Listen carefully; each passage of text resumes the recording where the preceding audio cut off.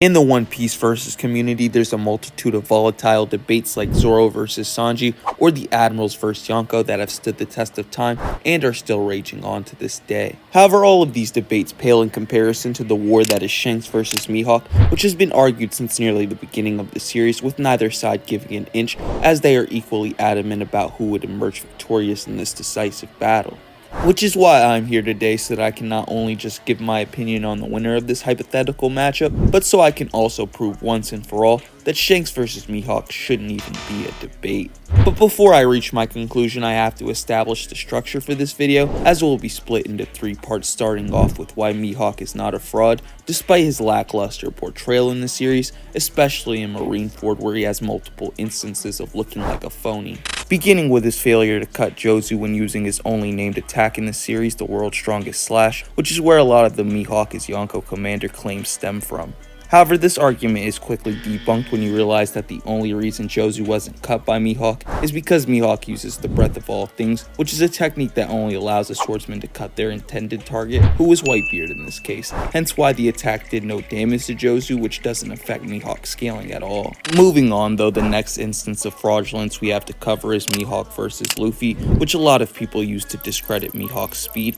as Luffy was able to dodge all of his attacks while Mihawk himself supposedly says he's not holding back. However, if you read the raw scans of this chapter or more reliable translations in English, Mihawk is actually just saying his power knows no bounds, which doesn't necessarily mean he's going all out or even close to it for that matter. Which is only logical when you consider the fact that Luffy being as fast as Mihawk at this point would make no sense, since we know for a fact that Zoro as of chapter 1095 is still inferior to Mihawk, while being Marineford Luffy's blatant superior, making this comparison between Mihawk and Luffy insanely inconsistent. Forging ahead though, the next instance used to downplay Mihawk's strength is his short duel with Vista, as people without a brain think that because Mihawk didn't one-shot Vista that he's somehow on the same level as him. However, like with Luffy, it's pretty clear Mihawk wasn't going all out here, as we don't see him use any haki or named attacks, which he should have access to, meaning even if you point to this inconclusive clash as evidence for Vista being relative to Mihawk, this would only make him relative to a heavily suppressed Mihawk, which isn't much of a feat.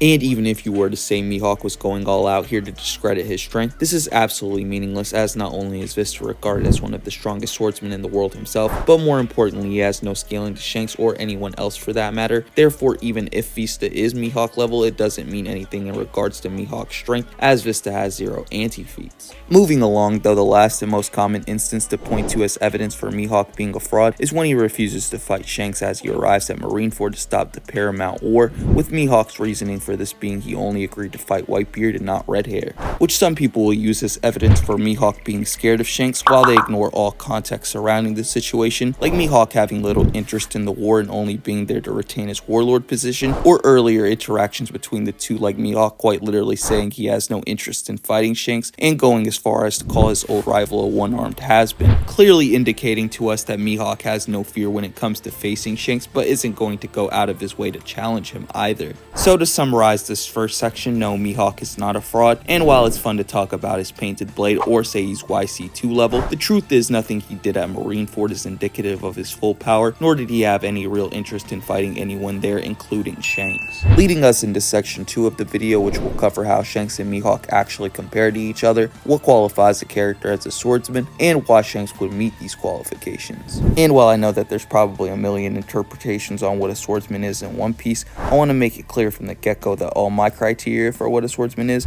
just a character who primarily relies on their blade or blades to perform their strongest offensive and defensive moves in battle, compared to someone like King, a self-admitted non-swordsman who can use a blade in battle while also having the capability of performing his strongest attacks without it. And if you thought this was just headcanon on my part, then you'd be wrong, as this interpretation is backed up by an Oda-approved fan art depicting all of the swordsmen in One Piece, and wouldn't you know, all of these characters rely on their blades to perform their strongest attacks, with this including Shanks, who we've only ever seen use a sword in combat, with him using this sword to perform his only named attack, which was originally used by Roger, who is also included in this Oda-approved depiction of swordsmen. So no, Shanks is not a fucking hockey man, he is in fact a swordsman, and contrary to what Shanks fans believe, this would in fact make him Mihawk's inferior, and this is not just in terms of skill either, as Mihawk has not just been stated to be the world's most skilled swordsman, but also the strongest and most powerful with the world's strongest sword, not just in name but in reality. making it pretty fucking obvious that Mihawk isn't just walking around with a title he doesn't deserve, and that to this day he's waiting to fight someone stronger than Shanks, which completely explains Mihawk's non-confrontational actions as well as his disposition, once again disproving any fraud allegations. That being said though, a battle between Shanks and Mihawk is far from one-sided, as despite some people's speculation about either character growing stronger since their duels, Oda has confirmed that these two remain rivals in terms of strength to this day, with him going on to compare their rivalry to Whitebeard and Roger, who were able to fight each other for 3 days and 3 nights on end, meaning if Shanks and Mihawk were to have a serious fight, then it would have to be on some Aokiji and Akainu Punk Hazard shit where the battle is determined by the slightest power difference, which is where Mihawk's title and sword comes into play, and why Mihawk would be the victor in an extremely difficult battle.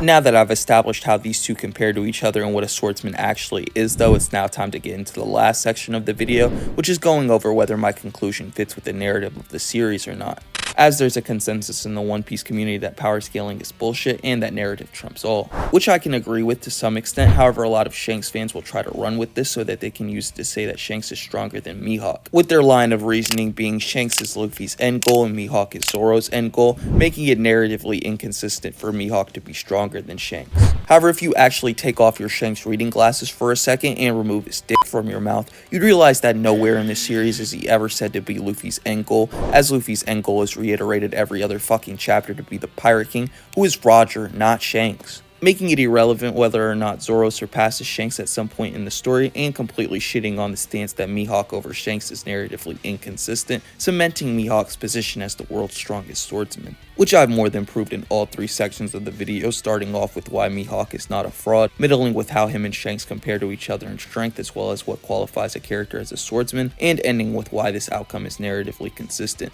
Therefore, I think it's safe to say that from now on, Mihawk versus Shanks shouldn't even be a debate. Before I end the video though, I would like to quickly ask that you like and subscribe if you enjoy my content, as I have a whole catalog of bingeable videos on my channel that I'm sure you'd also have fun watching. And I would also like to thank my boy Zamir for donating $30 to make this video possible. So if you have a video request like this, be sure to contact me via email, which I will be putting in my bio, and we can discuss how much your idea would cost to produce. With all that being said though guys, I hope you're having a great day wherever you are, and until next time.